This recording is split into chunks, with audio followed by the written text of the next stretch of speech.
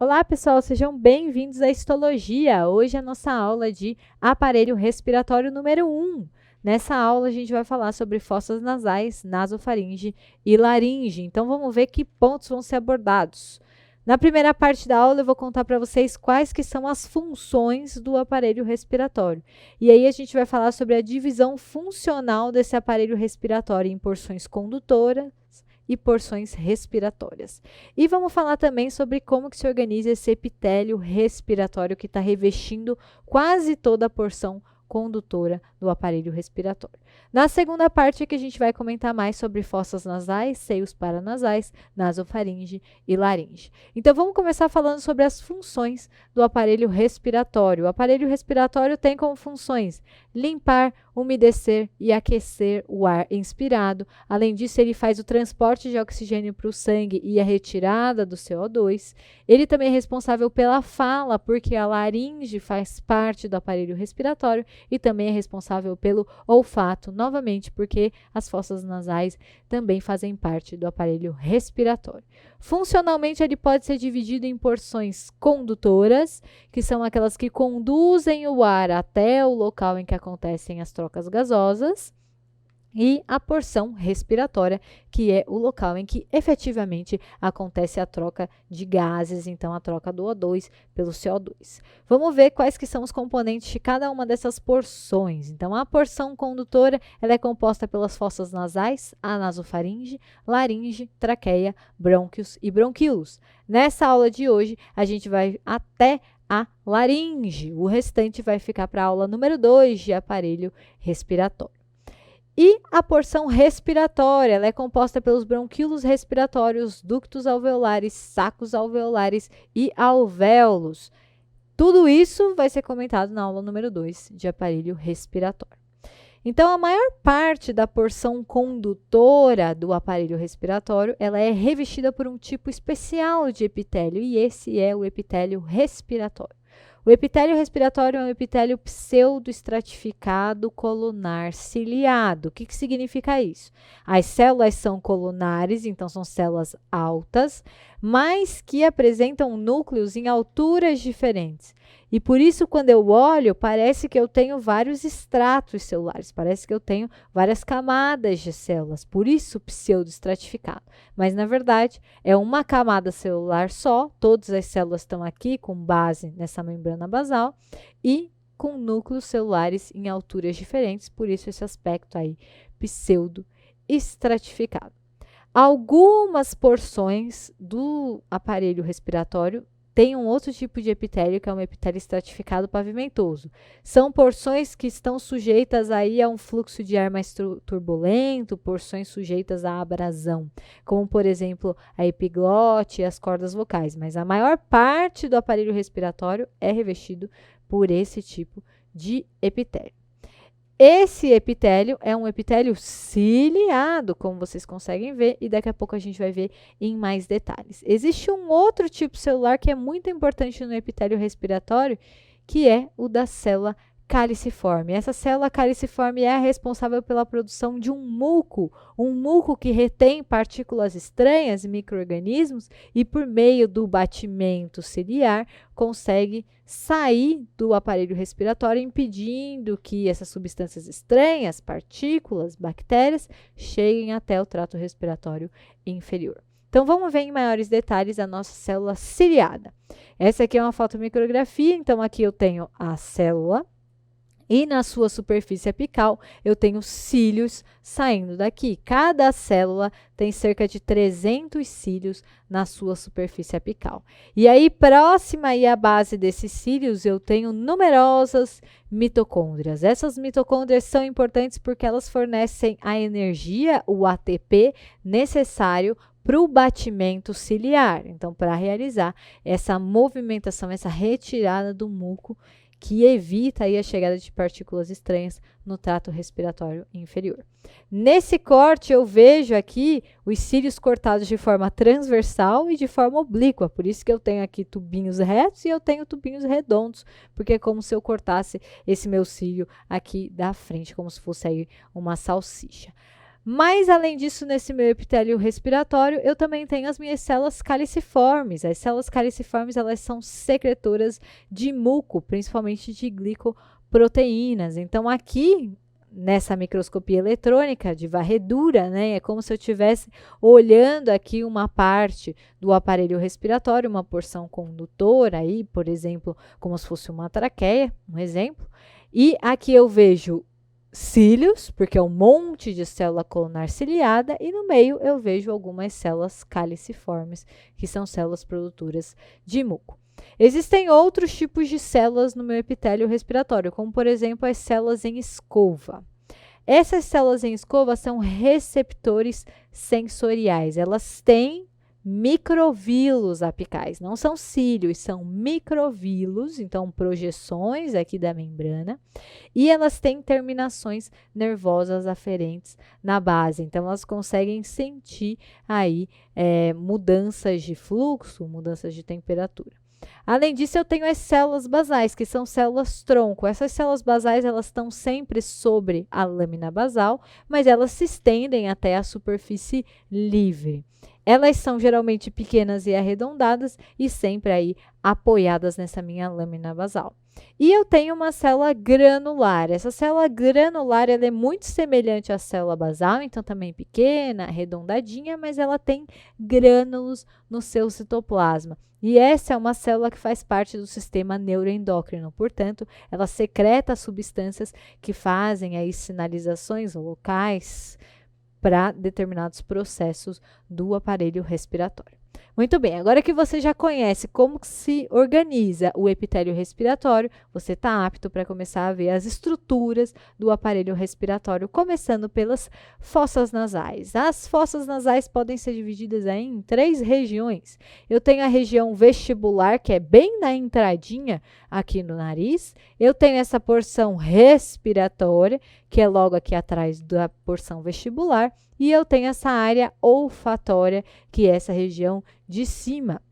Então, nessa região do meu vestíbulo, que é essa porção anterior mais dilatada da minha fossa nasal, eu encontro pelos curtos, que ganham o nome aí de vibríceas, e nessa região eu também tenho muitas glândulas sebáceas e glândulas sudoríparas. A secreção dessas glândulas, ela contribui não só para deixar o nosso nariz sujo, mas também contribui como uma barreira para evitar a penetração aí de partículas grosseiras. Então, a gente que mora, por exemplo, numa grande cidade, por exemplo, São Paulo, um monte de poluição, se não fosse esses pelos e essas glândulas aí, a gente estava com poluição até lá embaixo.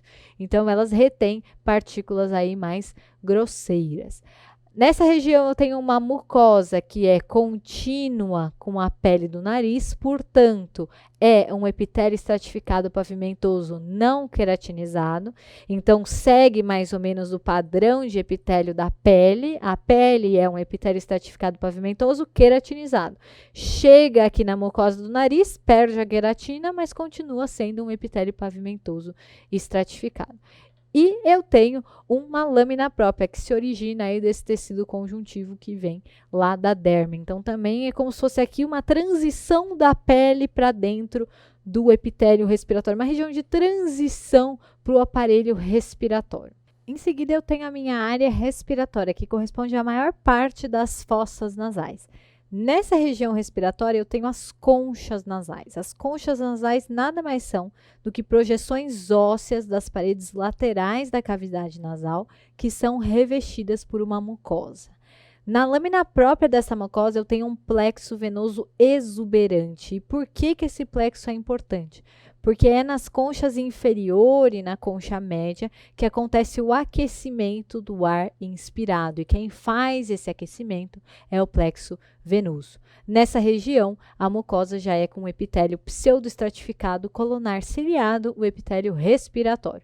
Além disso, eu tenho muitas células caliciformes e eu tenho glândulas mistas, glândulas serosas e glândulas mucosas, que têm como função a produção de um muco que vai prender micro-organismos e partículas inertes, impedindo a chegada dessas partículas no trato respiratório inferior. Então, Esse muco, em combinação com esse epitélio pseudoestratificado colunar ciliado, que tem batimento ciliar e que está sempre removendo muco com partículas, ele impede que substâncias estranhas cheguem lá no trato respiratório inferior. Nessa área respiratória, a principal função é a filtração, o aquecimento e a umidificação do ar inspirado. Em seguida, nas fossas nasais, eu tenho a área olfatória. Essa área olfatória fica na parte superior das fossas nasais e é responsável pelo olfato. Nessa área olfatória, eu tenho o epitélio olfatório, que é um neuroepitélio colunar pseudoestratificado. Esse neuroepitélio é formado por 3 tipos celulares. O primeiro deles é o das células de sustentação, que são células prismáticas, acastanhadas e com microvílulos. Então, projeções da membrana, microvílulos, diferente de cílios. Eu tenho também células basais, que estão aí na região basal do epitélio, que são células tronco. E, por fim, eu tenho as células mais importantes, que são as células olfatórias. Essas células olfatórias são neurônios bipolares com cílios. Saem aí de 6 a 8 cílios. Esses cílios não têm mobilidade e eles saem dos dendritos desses neurônios bipolares. O axônio desses neurônios, ele se une aí todos os axônios se unem em um feixe que vai até o sistema nervoso central por meio do nervo olfatório, que é o primeiro par craniano. Esses dendritos das células olfatórias, eles são excitáveis por substâncias odoríferas. Então, vamos ver um esquema aqui de como que seria esse epitélio olfatório.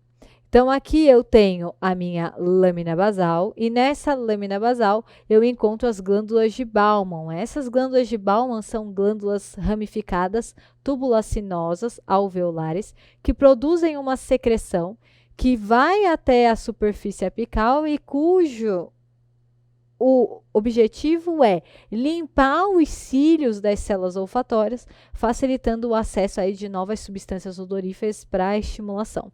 Então, é muito importante a função dessa glândula de Bowman, que limpa esses cílios e permite que a gente consiga sentir aí um odor atrás do outro.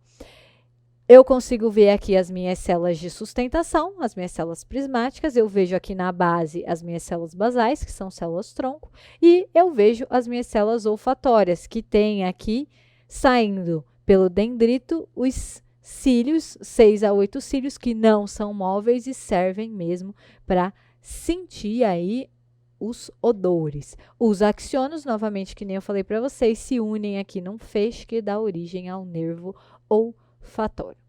Entendido isso, vamos falar dos seios paranasais. Os seios paranasais, eles estão dentro das cavidades dos ossos frontal, maxilar, etimoide e esfenoide. Os seios paranasais são revestidos por um epitélio respiratório, só que esse epitélio respiratório ele tem poucas células caliciformes. Veja como o nosso corpo é inteligente. Por que teria muita célula caliciforme para produzir muito muco se o negócio está ali fechado dentro do osso? Não tem porquê. Então, tem poucas células caliciformes. A lâmina própria dos seios da mucosa dos seios paranasais, ela se continua com o periósteo e tem poucas glândulas. Os seios paranasais, eles se comunicam pelas fossas nasais por meio de pequenos orifícios por onde o muco produzido dentro dos seios paranasais vai ser drenado. Então, qualquer muco que seja produzido aqui dentro é drenado para a fossa nasal, para daí poder ser drenado para fora. Nós temos também a nasofaringe, que é a primeira parte da faringe. Ela se continua caudalmente como orofaringe. Então, eu tenho ela separada incompletamente da orofaringe pelo palato mole. Aqui eu tenho meu palato mole, a minha nasofaringe, e aqui eu tenho a minha orofaringe. Então, ela é separada incompletamente porque eu tenho uma certa comunicação. Ela é revestida por um epitélio respiratório nessa região da nasofaringe, mas aqui para baixo, como ela se continua como orofaringe, ela passa a ser um epitélio estratificado pavimentoso, que é o epitélio de toda a cavidade oral. Então, novamente, aqui é uma outra região de transição de epitélios.